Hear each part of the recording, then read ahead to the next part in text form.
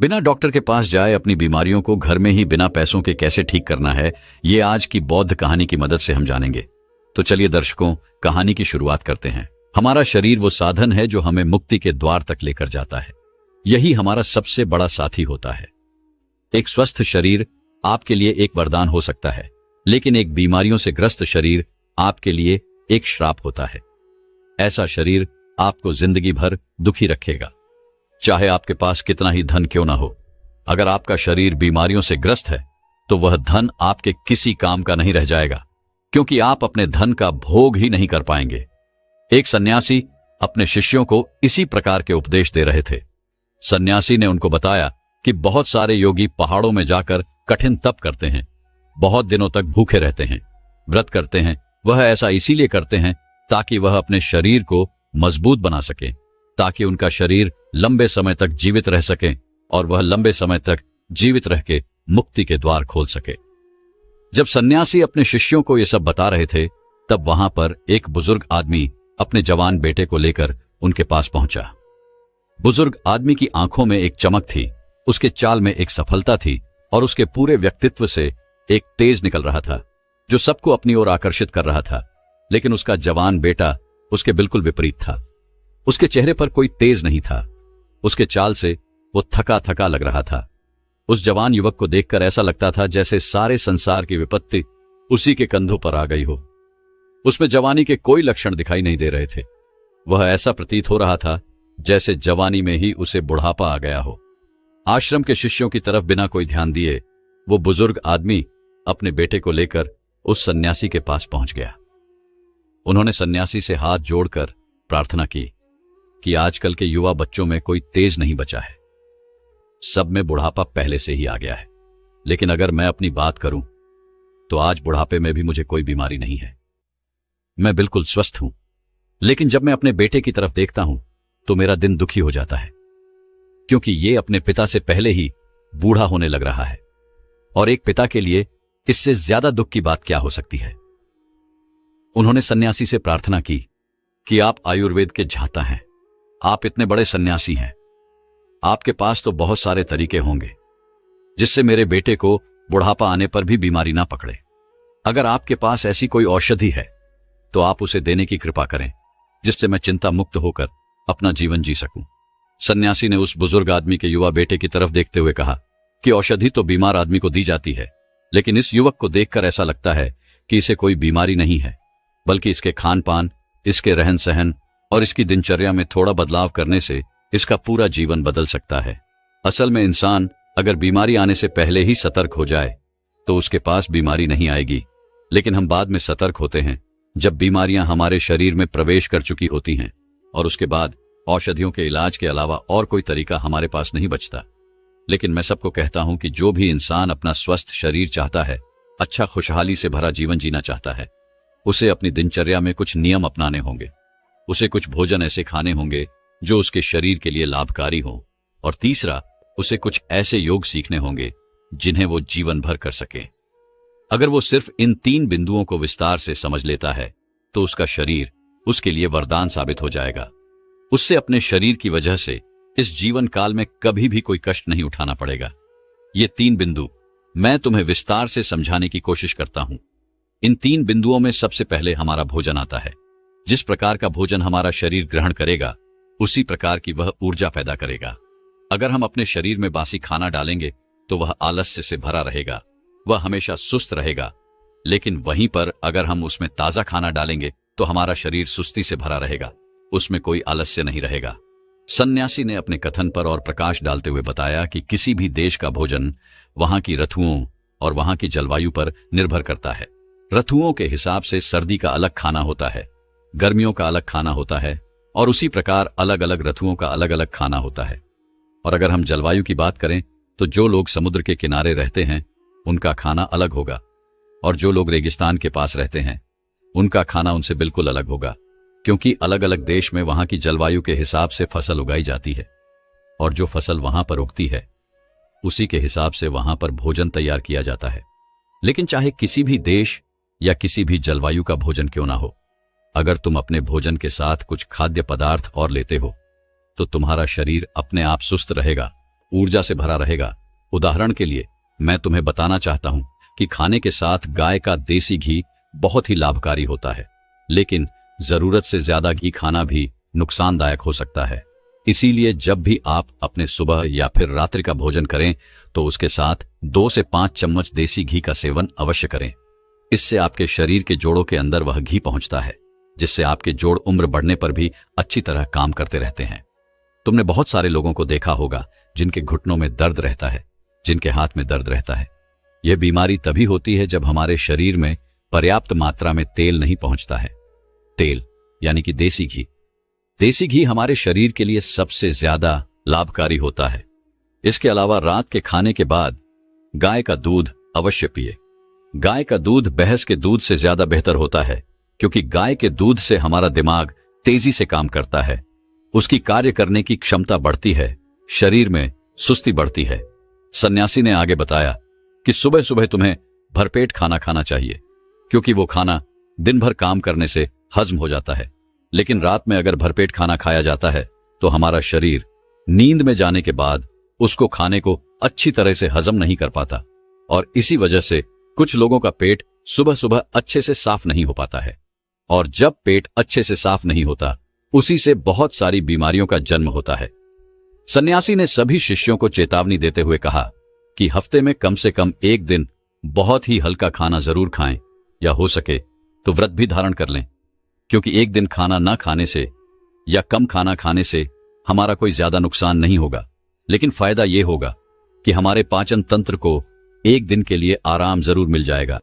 जो पाचन तंत्र सुबह शाम दिन रात 24 घंटे 365 दिन काम करता रहता है, उसे कम से कम सप्ताह में एक दिन कम से कम आराम तो जरूर देना चाहिए, ताकि वह अपना कार्य आसानी से, अच्छे से और लंबे समय तक कर सके। भोजन के बाद बात आती है नियमों की। कुछ नियम हमें अपनी दिनचर्या की जिंदगी में जरूर अपनाने चाहिए, और उसमें से सबसे पहला नियम है समय से खाना। जो लोग समय से भोजन नहीं करते हैं, उनके अवचेतन मन के पास कोई स्पष्ट संदेश नहीं पहुंचता है, और इसीलिए उनका अवचेतन मन उनके पाचन तंत्र के पास एक स्पष्ट संदेश नहीं पहुंचा पाता कि इस खाने को पचाने का कार्य करो। और वहीं पर दूसरी तरफ जो लोग समय से भोजन करते हैं, वो उनके अवचेतन मन के पास एक स्पष्ट संदेश पहुंचता है कि यह समय खाना खाने के लिए बना है, और इसीलिए उनका अवचेतन मन उनके पाचन तंत्र को पचाने के कार्य में लगा देता है। हम सबको पता है कि हमारा अवचेतन मन स्पष्ट संदेशों में काम करता है। अगर हम उसके पास स्पष्ट संदेश भेजेंगे तो वो हमारे शरीर को ठीक करने में अद्भुत कार्य करेगा। दूसरा नियम जो शरीर को स्वस्थ बनाने के साथ साथ उसे बलशाली भी बनाता है, वह है अपने शरीर की अच्छे तेल से मालिश करना। कम से कम सप्ताह में एक बार अपने पूरे शरीर की अच्छे तेल से मालिश जरूर करें। उससे हमारी त्वचा के जितने भी खत्म हो चुके या मरे हुए कीटाणु होते हैं, वो त्वचा पे से दूर हट जाते हैं, और हमारी त्वचा में एक नई स्फूर्ति, एक नई ताजगी पैदा होती है, और वो ताजगी हमारा आलस्य खत्म कर देती है। शरीर पर अच्छे तेल की मालिश करने का एक और फायदा होता है, उससे हमारा शरीर आकर्षक बना रहता है, हमारा शरीर युवा बना रहता है। अगला नियम आपके जीवन से तनाव को पूरी तरह से गायब कर सकता है। इस नियम का जो भी पालन करता है, उसके पास बीमारी दूर दूर तक नहीं भटकती। वह नियम है समय से सोना और समय जागना। आपको यह नियम बड़ा ही साधारण सा लगा होगा। आपको यह लग रहा होगा कि इस नियम के बारे में तो हम सब जानते हैं, लेकिन आप समय से सोने और समय से जागने के अद्भुत फायदे अगर जान लेंगे तो विश्वास कीजिए, आप अपने आप ही इस नियम का अनुसरण करने लग जाएंगे। इसके बाद अगला नियम बताते हुए उस सन्यासी ने बुजुर्ग आदमी को सावधान करते हुए बताया कि अगर कोई आदमी अपने परिवार और अपने बच्चों के साथ समय व्यतीत नहीं करता है तो वो तनाव से ग्रस्त हो जाता है। घर में सुख शांति रहती है तो मन खुश रहता है। सभी परिवार के जन, सभी परिवार के लोग भी खुश रहते हैं, और इसीलिए परिवार के पास कोई भी नकारात्मक ऊर्जा पास में नहीं आती, और उसके बाद आपका परिवार, आपके बच्चे और आप तंदुरुस्ती भरा जीवन जी सकते हैं। कुछ लोग काम ज्यादा होने की वजह से अपने परिवार, अपने बच्चों के साथ ज्यादा समय नहीं बिता पाते। ऐसे लोग अगर रोज समय अपने परिवार को नहीं दे सकते तो कम से कम कुछ दिन, कुछ महीनों के लिए उन्हें कहीं घुमाने के लिए जरूर लेकर जाएं। आप अपने परिवार के साथ जितना वक्त बिताएंगे, उतनी ही नजदीकियां आपके परिवार के साथ आपकी बनेंगी, और उसके बाद आपके मन से तनाव गायब हो जाएगा। इसके बाद सन्यासी ने बताया कि यह तो तुम सब जानते हो कि व्यायाम करना हमारे शरीर के लिए कितना लाभकारी होता है। हर एक इंसान को व्यायाम करना चाहिए और समय से व्यायाम करना चाहिए, लेकिन कुछ लोग व्यायाम करने का गलत अर्थ निकाल लेते हैं। व्यायाम उतना ही करो जिससे तुम्हारे शरीर को पीड़ा ना पहुंचे। कुछ लोग व्यायाम ज्यादा करने के लिए अपने शरीर को पीड़ा पहुंचाते रहते हैं, लेकिन व्यायाम सिर्फ उतना ही होना चाहिए जितना आप सहन कर सकते हैं। अपनी सीमाओं के परे जाना, अपने शरीर को पीड़ा पहुंचाना आपको थका देगा और थकने के बाद आपके अंदर आलस्य भर जाएगा और उसके बाद आपका कोई काम करने का मन नहीं करेगा। इसलिए अपने आप को इतना मत थकाओ कि आप अपना काम भी ना कर पाओ। और वह व्यायाम करने के साथ साथ एक नियम और अपनाना चाहिए, और वह नियम है ध्यान का नियम। ध्यान करने से हमारा दिमाग और हमारा मन एकाग्र होना सीखता है, वह विचारों से मुक्त हो जाता है। और जब दिमाग और हमारा मन विचारों से मुक्त हो जाता है तो शरीर से तनाव चला जाता है, क्योंकि विचार ही तनाव का असली कारण होते हैं। जो लोग समझदार हैं वह जानते हैं कि विचार ही हमें दुख पहुंचाते हैं और विचार ही हमारे तनाव का असली कारण होते हैं।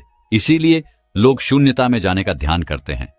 लेकिन अगर आप भी रोज ध्यान करते हैं तो इससे आप विचार रहित तो होंगे ही, साथ ही साथ आपके चेहरे का तेज बढ़ेगा और आपकी इंद्रियां यानी कि आंख, नाक, कान, त्वचा और आपका मस्तिष्क अच्छी तरह से कार्य कर पाएंगे। भोजन और नियम के बारे में विस्तार से बताने के बाद सन्यासी ने योग का रहस्य खोलना शुरू किया। उन्होंने सभी को बताया कि कुछ योग ऐसे होते हैं जो हम अपना काम करते करते अभ्यास कर सकते हैं और उनका अभ्यास करने से हमें चमत्कारिक फायदे मिलते हैं।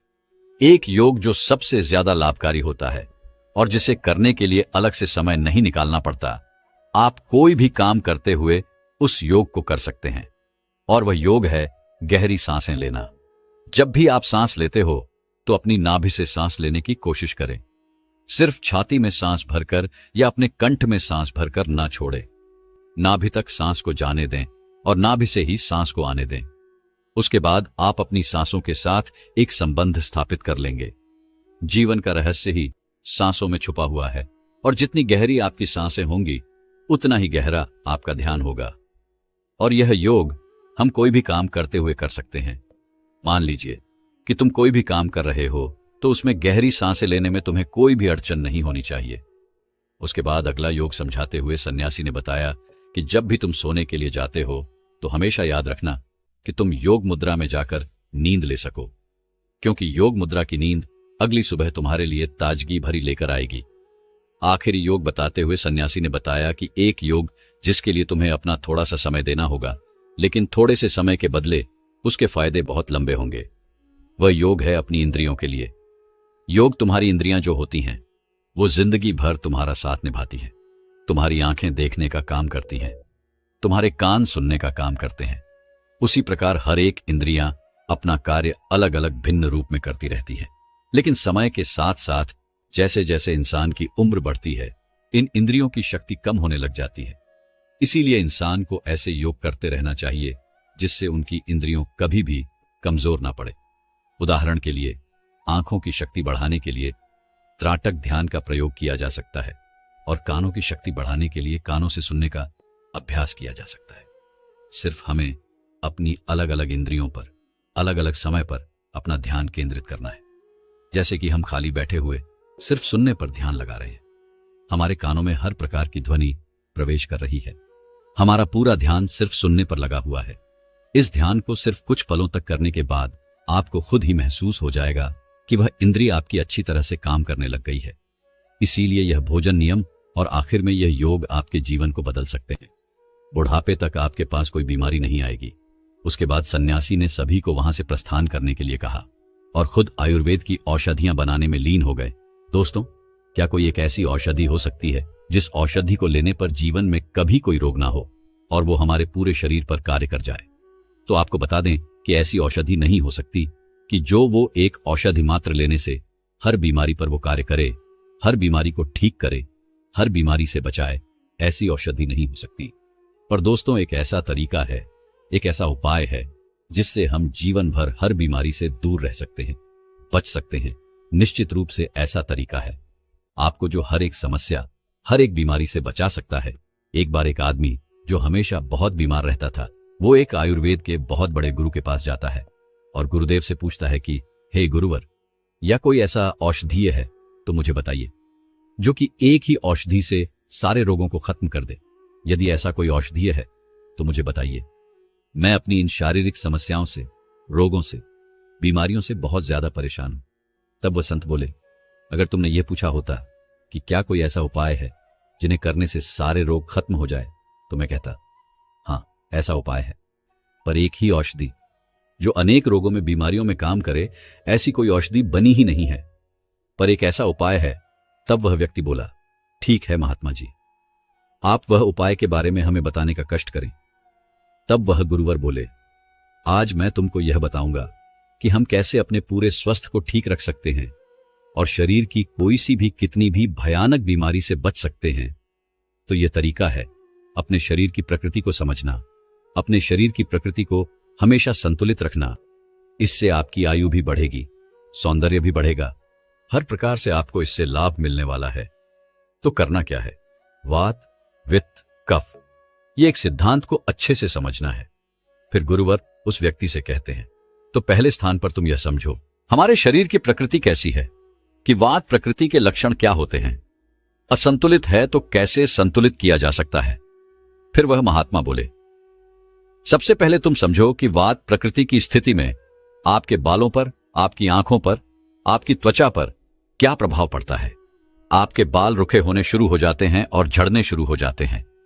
बाल आपके झड़ रहे हैं, आप तेल का प्रयोग कर रहे हैं, विभिन्न प्रकार के औषधियों का प्रयोग कर रहे हैं, लेकिन लाभ नहीं हो रहा है, तो समझो कि वात आपका प्रकोपित हो रहा है। वात रोग में आपकी समस्या है। आंखों की रोशनी कम होने लगती है, त्वचा जो है आपकी वह रुखी होनी शुरू हो जाती है, सूखा होना शुरू हो जाता है और झुर्रियां पड़ना, त्वचा और चेहरे पर यह वात का प्रभाव होता है। तो ऐसा हो रहा है तो आप समझें कि यह वात का प्रभाव है। वात आपके शरीर में असंतुलित हो रही है। अगर आपको जोड़ों में दर्द होता है, कमर में अकारण ही दर्द हो जाता है, तो ये बात समझें कि वात के प्रभाव के कारण हो रहा है। और भूख इन लोगों को अच्छी लगती है, सामान्य लगती है, बहुत अधिक नहीं, बहुत कम नहीं, लेकिन इन लोगों को गैस की समस्या, पेट जैसे फुला फुला अनुभव होना और डकारे आना, ऐसी परिस्थितियां इनको बनती है। इस प्रकार की स्थिति बनती है और साथ ही कॉन्स्टिपेशन की समस्या इनको रहती है, क्योंकि वात जो है वह सुखाती है, वह मल को भी सुखा देती है। वात का जो मुख्य स्थान होता है वह आपकी आंतें होती है और यह यहां पर मल को सुखा करके कॉन्स्टिपेशन की समस्या खड़ी करती है। तो अगर आपको बार बार कॉन्स्टिपेशन की समस्या रहती है, मल ठीक से निष्कासित नहीं होता, तो यह समझे कि वात का प्रभाव पड़ा हुआ है शरीर में। वह व्यक्ति बोला, गुरुदेव आपने ठीक कहा, यह कई प्रकार के लक्षण जो आपने यह लक्षण बताए, आधे से ज्यादा लक्षण तो लगते हैं कि मेरे में भी है। तभी गुरुवर कहते हैं, तो ठीक है, तो तुम यह समझो कि मन की स्थिति कैसी रहेगी। मन चंचलता वाला रहेगा, यह चंचल रहेगा, ठहरेगा नहीं, बार बार अलग अलग स्थानों पर जाएगा। वह ध्यान का अभ्यास करें और अपने काम में एकाग्र रहने की कोशिश करें। कोशिश करना मुश्किल होगा, ध्यान बहुत ज्यादा भटकेगा, यह वात का प्रभाव होता है। फिर वो महात्मा व्यक्ति से बोले, अब मैं तुमको यह बताता हूं कि अगर आपका वात प्रकोपित है तो किन चीजों का प्रयोग नहीं करना है। आपको मुख्य रूप से बासी भोजन और भारी भोजन का त्याग करना है। आप जब ज्यादा मात्रा में भोजन कर लेते हैं तो पेट पर दबाव बनता है, सड़ता है भोजन और वहां से वात बननी शुरू हो जाती है। और पाचन शक्ति जो है वो भी मध्यम होती है, वो भी तेज नहीं होती है। ऐसा नहीं होता है कि वो कुछ भी पचा लेगी। तो आपको भारी भोजन नहीं करना है, घनिष्ठ भोजन नहीं करना है, हल्का सा उपास्य और संतुलित मात्रा में उसको भोजन करना है। अब बात करते हैं कि वात को खत्म कैसे किया जा सकता है। इसमें आपको गाय का घी का प्रयोग करना है। गाय के देसी घी का आप प्रयोग करते हैं तो इससे आपका वात का प्रभाव कम होता है। और साथ ही साथ तिल का तेल प्रयोग करें। तिल का तेल आप भोजन में प्रयोग कर सकते हैं। तिल के तेल की आप शरीर में मालिश करते हैं तो वो भी उपयोगी होगा। और तिल के तेल को आप रात्रि में सोने से पहले 1 चम्मच की मात्रा में लेते हैं तो वो कॉन्स्टिपेशन के लिए भी अच्छा है और आपके वात के प्रभाव को शांत करने के लिए भी अच्छा है। व्यायाम इसमें कितना करना है? बहुत ज्यादा व्यायाम नहीं करना होता, बस हल्का व्यायाम करते हैं तो वात की स्थिति में लाभ होता है। अब आगे बढ़ते हैं कि अगर पित्त की लक्षण हो तो उसे कैसे संतुलन करते हैं, क्या करना है। तो पित्त की लक्षण में बाल सफेद होते हैं, वात की स्थिति में बाल झड़ते हैं। तो पित्त की स्थिति में बाल सफेद होते हैं। बाल अगर आपका सफेद हो रहे हैं तो समझे कि पित्त का प्रभाव आप में बढ़ा हुआ है। त्वचा पर किल, मुहासे, फोड़े, फूंसी का समस्या, विमल का समस्या इन लोगों में ज्यादा रहता है। साथ ही साथ जो ये भोजन करते हैं और अगर मिर्च मसाले वाली सब्जी ज्यादा होगी तो इससे उसे अत्यधिक नुकसान होता है। तो मिर्च मसालों का त्याग करना है। फास्ट फूड, जंक फूड, बहुत ज्यादा तेल में तली हुई चीजें, इन लोगों को त्याग करना होता है। अगर अच्छा सुपाच्य भोजन करते हैं तो ही इनको लाभ होगा। अगर आपको एसिड बहुत बनता है, डकार बहुत आती है, खट्टी डकार आती है, तो ऐसा समझे कि आपका पित्त प्रकोपित है। पित्त की समस्या है तो पाचन की शिकार हो सकते हैं। तो ऐसे में आपको सबसे पहले ध्यान देना होगा आहार में आपको ध्यान रखना होगा। आपको एसिडिक चीजों का प्रयोग कम करना है और एल्कलाइन चीजों का प्रयोग आपको ज्यादा करना है। अगर एसिडिक चीजें ज्यादा खाएंगे तो पहले से शरीर में पित्त बढ़ा हुआ है तो वो बहुत ज्यादा बढ़ जाएगा। तो आपको एल्कलाइन चीजें जैसे सब्जियों का प्रयोग, हरा भरा साग का प्रयोग, फल फलों का प्रयोग ज्यादा करना है। नारियल पानी पीते हैं, जूस पीते हैं, पेटे का जूस पीते हैं, लौकी का जूस पीते हैं, ऐसी चीजें अगर आप लेते हैं तो अगर आपको पित्त की समस्या है तो आपको वो बहुत जल्दी ठीक होनी शुरू हो जाएगी। अगर शुगर है तो ठीक होना शुरू हो जाएगा। इस समस्या में एसिडिक डाइट को आपको छोड़ना है और एल्कलाइन डाइट को आपको बढ़ाना है। बहुत ज्यादा भूख नहीं लगेगी लेकिन सामान्य से अच्छी भूख लगेगी। लेकिन ये समझे आप जो है आप कफ प्रकृति के हैं। अगर कफ प्रकृति है तो जो आप खाएंगे उससे आपका वजन बहुत तेजी से बढ़ने लगेगा। आप में ओबेसिटी की समस्या रहने वाली है। खांसी जुकाम की समस्या रहती है।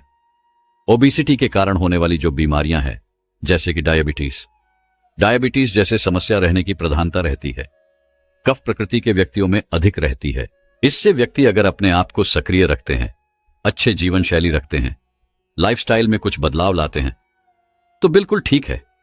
लेकिन अगर ये निष्क्रिय हो जाते हैं, मतलब कोई काम नहीं करते हैं, शारीरिक रूप से एक्टिव नहीं रहते हैं, तो ऐसी प्रकार की स्थितियां कफ प्रकृति में बनती हैं। जो मानसिक स्थिति होती है इन व्यक्तियों की वो शांत होती है, मिलनसार स्वभाव होता है। ये ठीक संतुलित मस्तिष्क के साथ होते हैं। लेकिन इसमें तमोगुण से ऊपर उठना जरूरी होता है और इसके लिए सक्रिय रहना जरूरी होता है। निश्चित होता है इसमें घी का, तेल का या फैट वाली चीजें का उपयोग करना। इन लोगों को ये सब चीजें ग्रहण नहीं करनी होती है क्योंकि इससे पहले से ज्यादा वजन बढ़ने लगता है। अगर फैट वाली चीजें लेंगे तो फैट ज्यादा बढ़ेगा और इसे नुकसान देखने को मिलेंगे। जो फैट है, जो मोटापा है, वो इसमें बढ़ता है। तो आपका जो मांस है ठीक करने के लिए इसको इलायची, हल्दी, दालचीनी का प्रयोग कर सकते हैं। इस प्रकार की चीजों का प्रयोग करते हैं तो इसका संतुलन होता है। व्यायाम की बात करें तो कफ प्रकृति के व्यक्तियों को पूर्ण शक्ति व्यायाम करना चाहिए, अधिक व्यायाम करना चाहिए।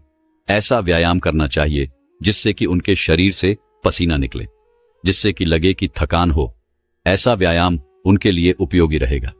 साथ ही साथ इनके लिए उपवास बहुत अच्छा रहने वाला है। हफ्ते में 1 दिन उपवास हो, कफ प्रकृति के व्यक्तियों को करना ही चाहिए। आपकी मानसिक और शारीरिक लक्षण किस प्रकार से मेल खाते हैं? वात, कफ हो सकती है। इस प्रकार से भी प्रकृतियां बन सकती है। आपको देखना है और उस प्रकृति को समझ करके उसके अनुसार आहार लेना है। आपको जो चीजें निश्चित बताई है उन चीजों को तैयार करना है। जो चीजें लेने को कहा है वही चीजें लेनी है। और इस प्रकार से आप करते हैं तो आप निश्चित रूप से बहुत सारे बीमारियों से बच सकते हैं। उसके बाद वो व्यक्ति को सारी बीमारियों की जड़ समझ में आई और अब वो उसको उन सभी बीमारियों का ठीक करने का उपाय मिल चुका था जो उनमें थी। और वह उन गुरुदेव को धन्यवाद कर अपने उस जीवन शैली को अपने जीवन में लागू करने का प्रण लिया और फिर वहां से गुरुदेव से आज्ञा लेकर चला गया। दोस्तों, मैं उम्मीद करता हूं कि यह कहानी सुनने से आपके जीवन में अच्छे बदलाव आए होंगे। आपको इस वीडियो से क्या सीखने मिला ये कमेंट करके जरूर बताइए और अपने परिवार, दोस्तों या आपके करीबी इंसान के साथ ये कहानी शेयर करके उन्हें भी इस ज्ञान से परिचित करवाए। बाकी अगर आपको यह वीडियो दिल से अच्छी लगी हो तभी इस वीडियो को लाइक कर देना और आपने अब तक इस चैनल को सब्सक्राइब न किया हो तो चैनल को सब्सक्राइब भी जरूर कर देना। आपका हर दिन शुभ हो और खुशियों से आपका जीवन भरा रहे। धन्यवाद। नमो बुद्धाय।